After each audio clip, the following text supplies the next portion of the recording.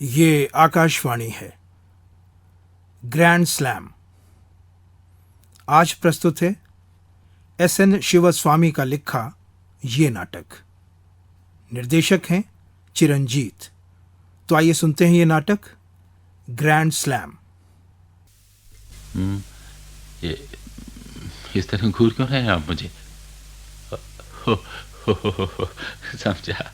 आप शायद सोच रहे हैं कि मैं कहाँ किस नाली में फिसल कर हाथ पांव तुड़वा के यहाँ पड़ा हूँ।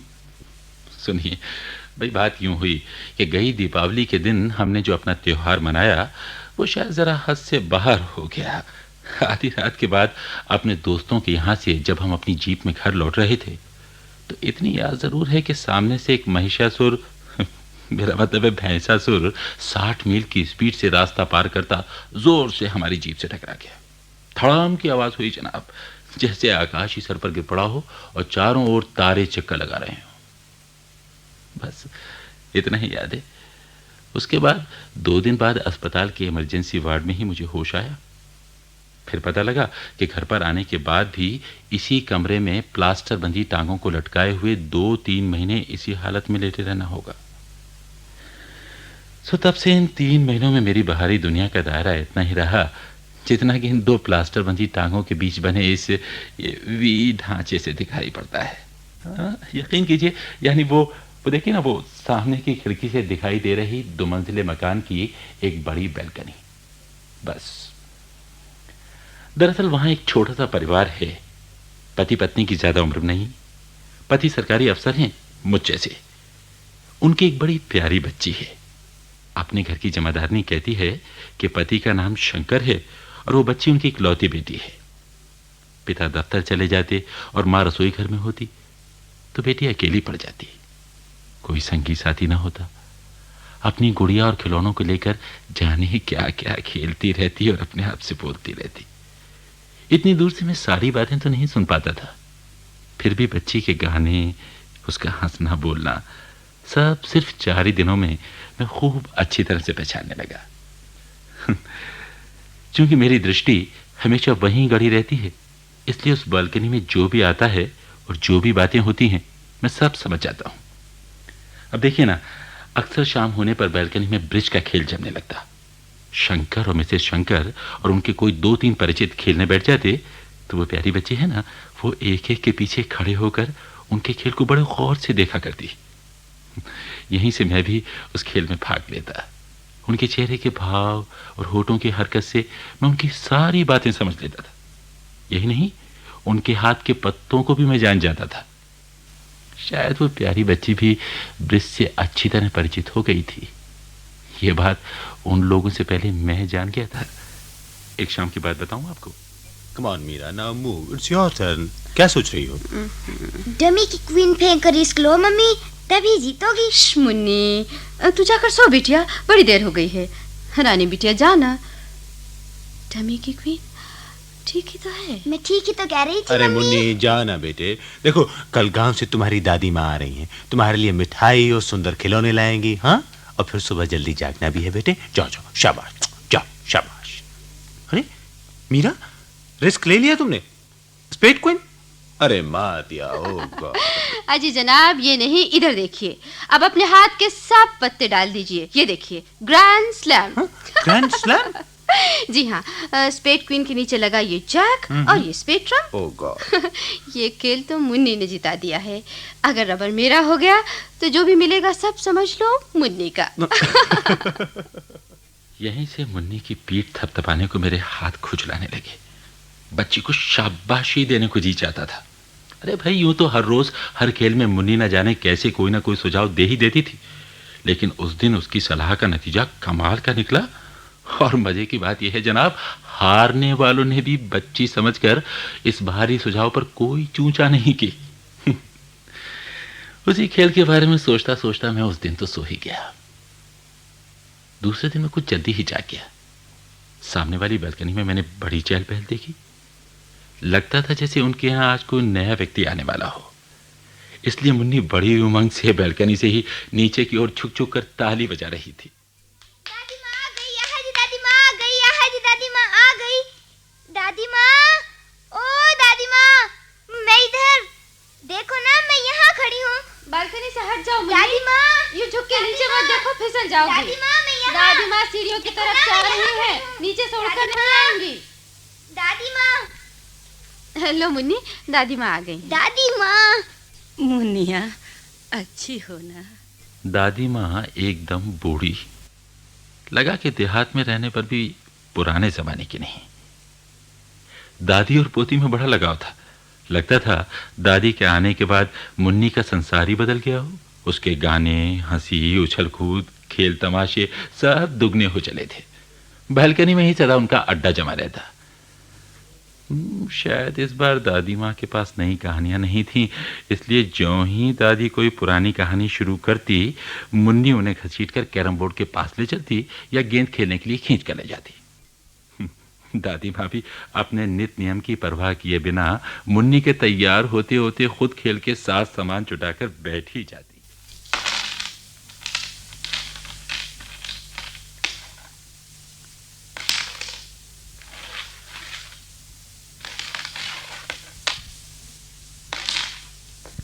मुन्नी, अब बस करो बेटी ये कैरम का खेल। मेरा सारा बदन दर्द कर रहा है। आओ भीतर चलें, रसोई में तुम्हारी मम्मी का हाथ बटा लें। कम से कम आज का खाना तो मैं बनाऊंगी। ना दादी माँ, अभी पिंग पोंग खेलना है, ताश खेलनी है, और तुम अभी से उठने लग गई। ना ना, तुम बैठो दादी माँ, तुम बैठो ना। लो ये ताश के पत्ते। बहू, बहू, अब मैं क्या करूं बेटी? ये मुन्नी मुझे यहाँ बांधे बैठी है। रोटी कैसे बनाऊं? कब अपना काम करूं? कोई बात नहीं माता जी, रोटी मैं बना लूंगी। हाँ, आपको तो इस मुन्नी से ही फुर्सत नहीं मिलेगी। मुझे आटा यहीं लाके दे दो बहू। खेल के साथ साथ आटा भी गूंदूंगी। गेंद तो मैं खेल नहीं सकती, सारा बदन दुख रहा है। बस ताश ही खेलती रहूंगी और कुछ घर का काम भी कर लूंगी। नहीं दादी माँ, काम करना बिल्कुल मना है। मेरे साथ ठीक तरह से खेलना पड़ेगा। देखो तुम गलत कार्ड फेंक रही हो। अरे बहू देखना अब। कोई बात नहीं है माता जी, आप मुन्नी को खेल में लगा कर रखें, मेरे लिए यही बहुत है। घर का काम तो होता ही रहता है। ये कौन सा खेल है मुन्नी? ब्रिज। ब्रिज? हाँ, मैं बता दूं दादी माँ, तुम्हारे हाथ में कौन कौन से पत्ते हैं? और मैं बता दूं कि तेरे हाथ में कौन कौन से पत्ते हैं? बताओ। स्पेड किंग, नैला, हार्ट्स, इक्का, जैक, दहला और सत्ती, डायमंड किंग, क्वीन, तिग्गी, है ना? गलत। क्लब्स, किंग अच्छी, डायमंड्स, तिग्गे मेरे पास है ही नहीं। दादी माँ इतना भी नहीं जानती। लेकिन मुन्नी, क्या तुम लोगों ने पहले से एक दूसरे का हाथ देख लिया था? छी छी, क्या कहती हो बहू? हाथ देख देख कर कहीं ब्रिज खेला जाता है भला? अपने दिमाग से पता लगाना चाहिए। एक दूसरे का हाथ क्यों देखे मम्मी? क्या हम ये नहीं पता लगा सकते? सच? सच माता जी, अंदाज से ही आप इतना सही पत्ता बता देती हैं। 10-20 बरस से हम तो खेल रहे हैं, फिर भी हमारा सिर चकरा जाता है इस खेल में। अरे ऐसी कौन सी बड़ी विद्या है ये? मैं गांव देहात की रहने वाली जरूर हूँ, लेकिन क्या इतना भी नहीं बता सकती? खेल के 2 राउंडों में ही हाथ के पत्तों का पता न लगा तो फिर वो क्या खेल? ठीक कह रही हैं आप। मुन्नी, दादी माँ को ये ब्रिज क्या तूने सिखाई? मम्मी, दादी माँ ब्रिज ही नहीं, मेरे साथ पोकर, रमी सब खेल लेती हैं, है ना दादी माँ? मीरा, मीरा, अरे भाई क्या तुम भी इस दादी पोती बालकनी क्लब में भर्ती हो गई हो? क्या आज हमारे पेट में कुछ नहीं पड़ेगा? अरे बालकनी क्लब की बात छोड़ो शंकर, माताजी न जाने किस क्लब से इतना बढ़िया ब्रिज खेलना सीख कर आई हैं। इनके सामने हम में से कोई भी नहीं टिक पाएगा। हाँ, अच्छा, गांव में ऐसा कौन सा क्लब है भाई? माँ, क्या ये मीरा सच कह रही है? तुम ब्रिज इतना अच्छा खेलती हो? अरे क्या बात करते हो बेटा, मैं तो यूं ही वक्त काटने के लिए मुन्नी के नहीं, साथ। नहीं माताजी, आप मजाक कर रही हैं। सचमुच आप कहीं से चुपके से सीख कर आई हो? नहीं नहीं बहू, मैंने जो कुछ सीखा है सब इसी मुन्नी के अच्छा, साथ खैर, खेलते खैर, हुए। खैर, माँ, तुम मेरे एक सवाल का जवाब दे दो तो अपने आप ही सब पता लग जाएगा। अगर आपके पास इक्का, किंग, क्वीन हो तो उनकी कीमत कितनी ट्रिक्स होगी? अरे ये कौन सा बड़ा सवाल पूछ रहे हो? इसके लिए दादी जी से क्यों पूछ रहे हो डैडी? मैं बताती हूँ, 2.5 ट्रिक्स। ये सवाल जवाब सब बेकार हैं शंकर। माताजी का खेल किससे कहीं आगे है। अगर आप देखते तो हैरान हो जाते। अगर इन्हें पार्टनर बनाकर खेलते तो इतने दिनों से मिस्टर और मिसेस तिवारी के हाथ हम लोग जो चपत पर चपत खाए जा रहे थे, सब का हिसाब चुकता हो जाता। हम उनको बड़ी बुरी तरह हरा सकते थे। माँ, तुम आज शाम को हमारे साथ खेलोगी? हाँ, हाय राम, ये खेल फेल क्या मेरे बस के हैं बेटा? मैं तो मुन्नी के साथ वक्त काटने को यूं ही खेल लेती हूँ, सो भी जबरदस्ती। दादी जी तुम मेरे साथ ही खेलोगी, बड़ों के साथ नहीं। आज शाम को हमें पिंग पोंग खेलना है तो डैडी। माँ, आज शाम को मैं उन लोगों को जल्दी आने के लिए फोन कर देता हूँ। हाँ, तैयार रहना तुम, ठीक है? और साहब, शाम को जो चमत्कार हुआ उसे मैंने भी अच्छी तरह देखा। ब्रिज में बुढ़िया और बेटे की जोड़ी सामने वालों के लिए एक पहेली बन गई थी। उनके हाथ में 5-6 ट्रम्प कार्ड होते हुए भी वो बुढ़िया बड़े मजे से उन्हें मात पर मात दी जा रही थी। एक बार तो उन्हें 7 ट्रिक्स खोकर गेम डिक्लेयर करना पड़ा। जी हाँ, एक साथ ही बेचारों को 500 नंबर हारने पड़े।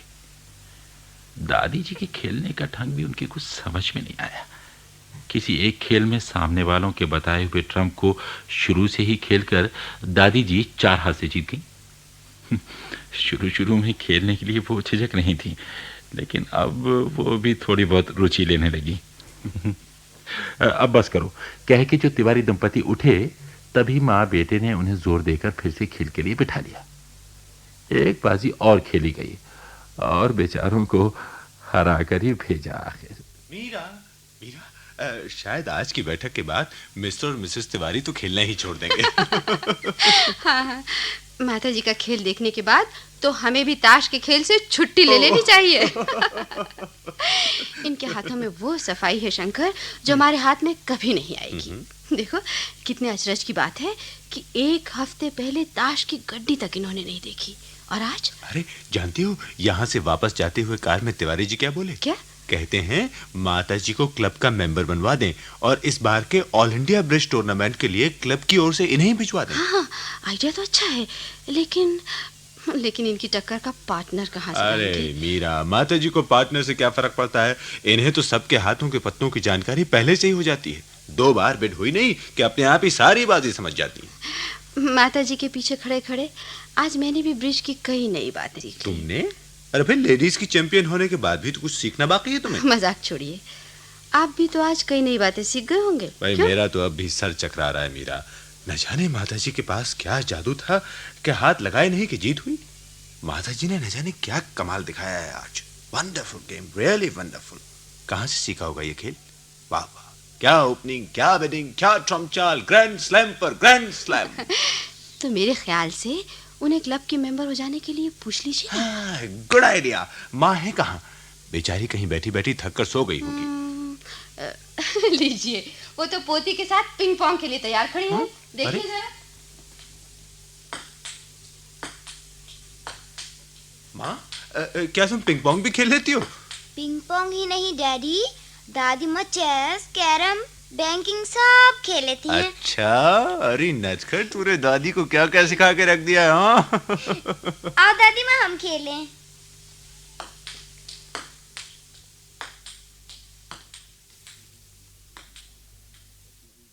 ना ना ना करती हुई बुढ़िया को जैसे तैसे क्लब का मेंबर बनाकर ही माने लोग। धीरे धीरे क्लब के मेंबर शंकर साहब के घर की बैल्कनी में ग्रुप्स में आकर बैठने लगे। ऐसा महसूस होता था जैसे पूरे क्लब का ही तबादला बैल्कनी में हो गया हो। यहाँ तक कि क्लब के कैंटीन वाले छोकरे भी हाथ में केटली लिए वहीं आकर अपना डेरा जमा बैठे। फिर सुनिए, एक दिन क्लब के माननीय प्रेसिडेंट यानी हाई कोर्ट के जज शर्मा साहब भी वहां दिखाई पड़े। और मैंने ठीक ही अनुमान लगाया था कि जज साहब दादी जी की परीक्षा लेने के लिए वहां पधारे थे। माताजी, आप जैसी बुजुर्ग ने हमारे क्लब का मेंबर बनने की जो कृपा की, उससे हम बड़ा ही ऑनर्ड फील करते हैं। आमीन। बैठिए ना। जी, मेरा मतलब। आप सब खड़े खड़े बोल रहे हैं, बात तो ठीक है, लेकिन इस उम्र में मेरे जैसी बुढ़िया की क्लब सोसाइटी जैसे शौकों में क्या दिलचस्पी हो सकती है। ऐसा न कहिए प्लीज, अब सारा भार आपके ही कंधों पर है। हमारा क्लब 20 बरस से ऑल इंडिया टूर्नामेंट में हिस्सा लेता आया है, फिर भी अभी तक हमारी पोजीशन 15वें नंबर पर ही अटकी हुई है। अगर इस बार आप टूर्नामेंट में भाग ले लें तो हमारा क्लब मेरा टूर्नामेंट क्या है ये? जी, वो खेल का मुकाबला। अच्छा, आप लोग चाहते हैं कि मैं मुकाबले में हिस्सा लूं? हाँ माँ, प्रेसिडेंट साहब यही तो चाहते हैं। इस बार अगर तुम क्लब की ओर से खेल कर जीत जाओगी तो इस शहर का नाम हो जाएगा। फिर ताश के खेल में तो तुम्हें कोई खास मेहनत भी नहीं करनी पड़ती। हटाओ बेटा, उसके लिए मुझे बुलाना बेकार ही है। मैं जानती ही क्या हूँ। ये तो आपकी ग्रेटनेस है माताजी। आप किसी तरह की चिंता न कीजिए, हम अपने आप ही सब अरेंजमेंट कर लेंगे। खैर, इस समय मैं सिर्फ ये जानने के लिए आया हूँ कि आप कौन सा ब्रिज खेलती हैं। कॉन्ट्रैक्ट ब्रिज या वो सब मैं नहीं जानती बेटा, ये तो तुम लोग ही बता सकोगे। ये सर, ये कॉन्ट्रैक्ट ब्रिज ही खेलती हैं जी। अच्छा, एक्सक्यूज मी, मैं आपसे बार बार सवाल कर रहा हूँ। दरअसल बात यह है कि टूर्नामेंट में बड़े बड़े प्लेयर्स आ रहे हैं और मैं आपका पार्टनर रहूँगा, इसलिए आप लोग न जाने क्या क्या कह रहे हैं। मेरी समझ में तो कुछ नहीं आ रहा। मैं तो बस मुन्नी के साथ यूं ही खेला करती थी। एक और बात आपसे पूछना चाहता था। जिस दिन से आपका वो खेल देखा, उसी दिन से ये बात दिमाग में घूम रही है। उस दिन की बाजी में आपके ओपोनेंट ने नो ट्रम्प कहा था और आपने क्लब एस से चाल शुरू की और फिर उनकी डबल कॉल को भी मात दे दी। तो क्या आप पहले से ही अपने पार्टनर के पत्ते जान गई थी? अरे वो परसों वाला खेल, हाँ याद आया। पार्टनर के पत्ते तो मैं नहीं जानती थी, लेकिन हाँ इतना तो पता लगा चुकी थी कि वहाँ 3.5 ऑनर्स हैं। और भैया तीसरे दिन सुबह ही अखबारों में मोटे मोटे अक्षरों में लिखा देखा, 70 वर्ष की बूढ़ी शिवपुर की Savitri Devi all India bridge tournament में हिस्सा ले रही। पढ़ते ही सामने बैल्कनी की तरफ देखा। बच्ची आज अकेली कैरम खेल रही थी और उधर दादी माँ, जज शर्मा जी, बेटा और बहू सब के सब रिहर्सल में मग्न थे। चौथे दिन भी वही सिलसिला चल रहा था। जब से टूर्नामेंट शुरू हुआ उसी दिन से सुबह हुई नहीं कि अखबारों में दादी माँ की प्रतिभा और प्रगति ज्यादा से ज्यादा उजागर होती रही।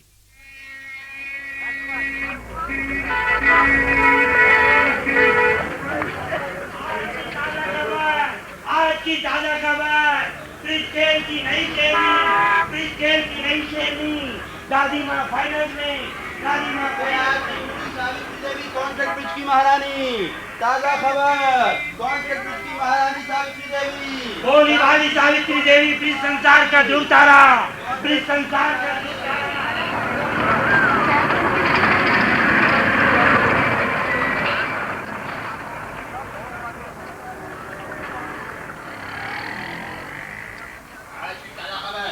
ब्रिज की अद्भुत जोड़ी जो शुरू से अंत तक हारना नहीं जानती, ब्रिज की जादूगरनी सावित्री देवी। आज की ताजा खबर, लोकल पायनियर क्लब की तरफ से आयोजित ऑल इंडिया ब्रिज पहली बार सावित्री देवी का अद्भुत खेल, सावित्री देवी का अद्भुत खेल।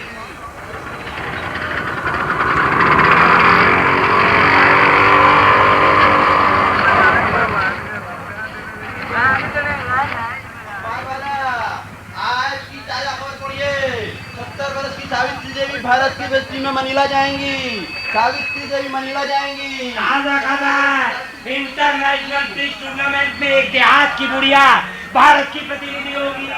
देहात की बुढ़िया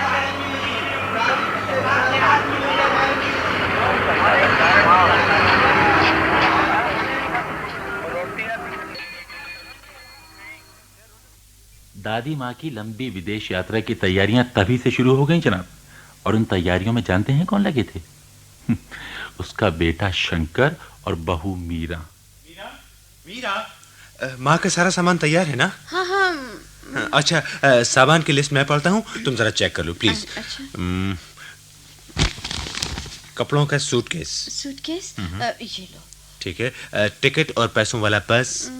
दोनों चीजें यहाँ हैंडबैग में रखी हैं। छाता। छाता ये है। हाँ हाँ ठीक। दवाइयों का डब्बा। डब्बा है, yes. Thermos. Yes. Tiffin box. Yes. बस ठीक है। अरे ये सब चीजें किसके लिए तैयार कर रहे हो बेटा? ये मामला क्या है? आपकी ही चीजें हैं माता जी, मनीला के लिए। मेरी चीजें? तो क्या मुझे विदेशों में जाना होगा? अरे हाँ माँ, हाँ, तुम वर्ल्ड टूर्नामेंट में मनीला जा रही हो, मनीला, समझी? अरे ये बाहर जाने का झंझट क्यों रखते हो बेटा? क्या यहाँ खेल नहीं हो सकते? माँ क्या कह रही हो, क्या कह रही हो तुम? दुनिया के तमाम खिलाड़ी वहाँ आ रहे हैं, उन सबको क्या यहाँ बुलवा लेना मुमकिन है? अच्छा, यहाँ के ब्रिज क्लब को तो हमने घर में बुला लिया था, लेकिन वर्ल्ड टूर्नामेंट तो यहाँ नहीं आ सकता माँ। लेकिन बेटा मेरे यहीं के चक्कर क्या काफी नहीं? मनीला में हुए टूर्नामेंट में भारत की टीम सर्वप्रथम नहीं आई, फिर भी दादी माँ का नाम सारे संसार में चमक गया। दुनिया भर के पत्रों में बार बार दादी जी का नाम मोटे मोटे अक्षरों में छपता रहा। वर्ष के सर्वश्रेष्ठ खिलाड़ियों में भी दादी माँ का नाम आया, इसकी उन्हें उपाधि भी मिली। अखबारों में चाहे खेलों का दैनिक विवरण न दिया गया हो, लेकिन दादी माँ का चित्र और उनके संबंध में एक लेख जरूर छप जाता था। 70 वर्ष की सावित्री देवी भारत की ब्रिज चैंपियन है। ये जानकर किसे आश्चर्य नहीं होगा कि उन्होंने 2 महीने पहले तक ताश की गड्डी देखी तक नहीं थी। जो देहात में अपने बेटे की खेतीबाड़ी में हाथ बटाती थी, शहरी रंग ढंग से जो बिल्कुल अपरिचित थी, उस बुढ़िया ने ब्रिज के खेल में। मनीला से जब दादी माँ भारत लौट रही थीं, तो यहाँ उनके स्वागत की भारी तैयारियां की गई। घंटों प्रतीक्षा में खड़े संवाददाता, रेडियो टेलीविजन के रिपोर्टर्स, फोटोग्राफर्स, सब ने दादी माँ को घेर ही लिया। मैं मनी मन सोचने लगा कि हवाई अड्डे का वो दृश्य कैसा रहा होगा। Your attention please. Your attention please. Flight number 751 from Manila is about to land. Your attention please. Your attention please. Flight number 751 from Manila is about to land.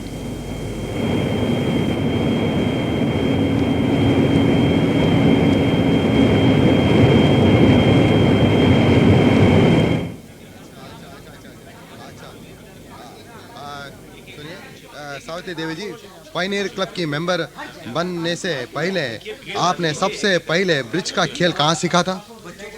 माँ बोलो ना, क्या पूछ रहे हैं तुमसे, बोलो। कहाँ क्या, अपने घर पर ही सीखा था, अपनी मुन्नी के पास। सावित्री देवी, मनीला में आए हुए जिन मशहूर खिलाड़ियों से आप मिली हैं, जैसे हर्बर्ट, बर्लिंगटन, उनके बारे में कुछ ऑल इंडिया रेडियो के श्रोताओं के लिए आप अपनी विदेश यात्रा से संबंधित कोई रोचक बात। दादी जी एक बात बताइए, अगर आपका पार्टनर गलत खेल रहा हो तो क्या आप भी उसे मेज के नीचे से लात मारती हैं क्या? Silence please, silence please, silence please. एक मिनट है दादी जी, हुक्म हो तो टीवी के लिए आपका एक स्माइलिंग चित्र प्लीज। हाँ, lights on, camera to adjust it, हाँ, क्लोज अप, यस, हाँ, जरा स्माइल कीजिए, हाँ, यस, 1 शॉट, ओके, कट। इन शोर शराबों से जैसे तैसे बुढ़िया को बचाकर लाने में शंकर और उसकी पत्नी बुरी तरह हाँफने लगे थे। तेज रोशनी से दुखती हुई, अपनी आंखों को मलती हुई बुढ़िया बालकनी के एक कोने में आराम करने लगी। उसके चेहरे से ही मैं जान गया कि कितना भारी स्वागत हुआ होगा इसका, और बिजली की तेज रोशनी उनके चेहरे पर बार बार पड़ी होगी, जिसकी वजह से वो कितना थक गई हैं। शायद सिर्फ मुन्नी ही अपनी दादी माँ की थकान का कारण जानती थी। दादी माँ किसी से कोई बात न कर चुपचाप सिर पर हाथ रखे बैठी थी कि तभी मुन्नी आकर उनसे बातें करने लगी। दादी माँ, दादी माँ, दादी माँ, तुम चुपचाप क्यों बैठी हो? मुनिया, ये शोर शराबे तुम्हें पसंद है मुनिया? जरा भी नहीं, यहाँ बहुत शोर होता है दादी माँ, दिन भर लोग आते रहते हैं, हम खेल भी नहीं पाते। हम शिवपुर चले जाएं दादी माँ? फिक्र ना कर मुन्नी, परसों शिवपुर चले जाएंगे। आज ही मैंने तेरे ताऊ को एक चिट्ठी लिख दी है, वो स्टेशन पर गाड़ी ले आएगा, हम दोनों चली जाएंगी, ठीक है ना? माँ, माँ, अरे ये क्या माँ, तो फिर कोने में दुबक कर बैठ गई हो? अरे वहाँ ड्राइंग रूम में जज साहब, कलेक्टर और दूसरे बड़े आदमी तुम्हारा इंतजार कर रहे हैं, वो तुमसे मिलना चाहते हैं। माँ देखो, उन्होंने तुम्हारे लिए फूल मालाएं और गुलदस्ते। बेटा, अभी सबसे मैं तंग आ गई हूँ, कुछ बहाना बनाकर उन लोगों को टाल ही दो तो मैं कह रही हो माँ? क्यों क्यों, बात क्या हुई है? तुम यहाँ अकेली बैठी हो, तबीयत तो ठीक है ना? शंकर, ये सब कुछ पागलपन है।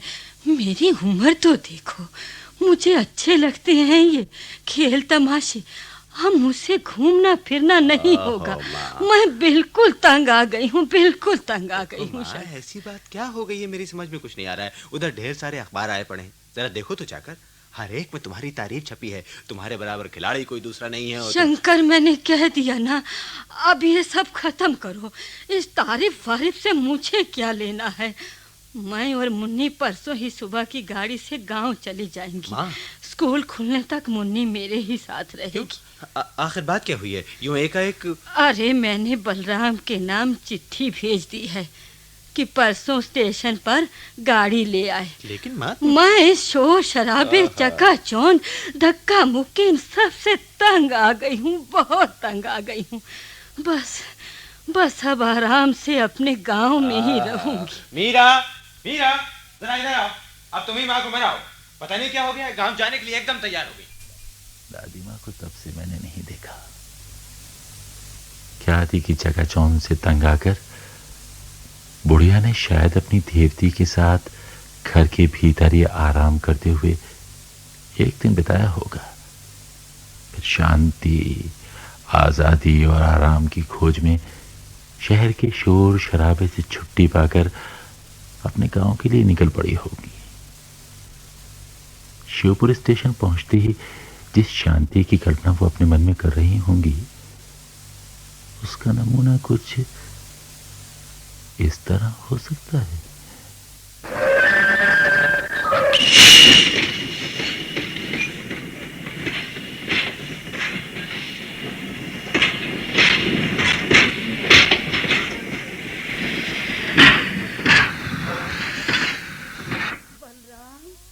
बलराम,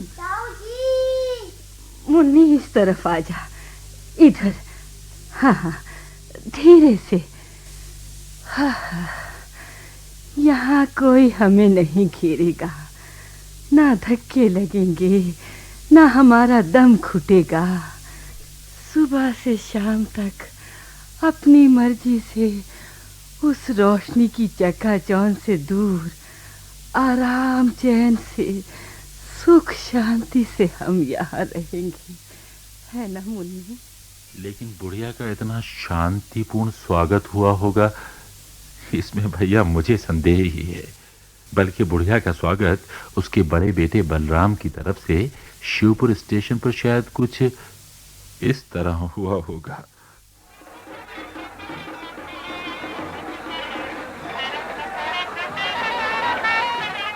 हेलो हेलो हेलो, भाइयों भाइयों, मेरी आवाज तुम लोगों को सुनाई दे रही है ना?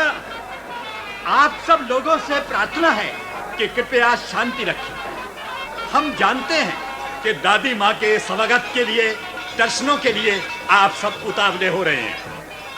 गांव के इतने लोगों की भीड़ से ही यो मालूम हो रहा है। लेकिन भाइयों, रेल का प्लेटफार्म छोटा है, 10-20 आदमी भी ज्यादा हो गए तो धींगा मुश्ती किसी हालत हो जाएगी। इसलिए स्टेशन कर्मचारियों के अलावा पुलिस, पंचायत के सरपंच जी और सदस्य, रेवेन्यू अफसर और दादी माँ के सुपुत्र बलराम जी, सिर्फ इतने लोगों के लिए गाड़ी के पास जगह की व्यवस्था की गई है। बाकी सब लोगों से विनती है कि वह स्टेशन के बाहर सड़क के दोनों तरफ दादी माँ के स्वागत के लिए खड़े हो जाएं। बैलगाड़ियों, टांगों, साइकिलों, इन सबको पीछे रखकर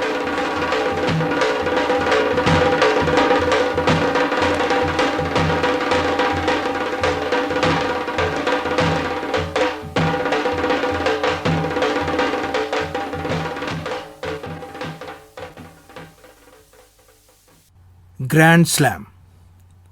अभी आप एस.एन. शिवस्वामी का लिखा ये नाटक सुन रहे थे। निर्देशक थे चिरंजीत। इस नाटक की रिकॉर्डिंग हमें आकाशवाणी के ध्वनि अभिलेखागार से प्राप्त हुई।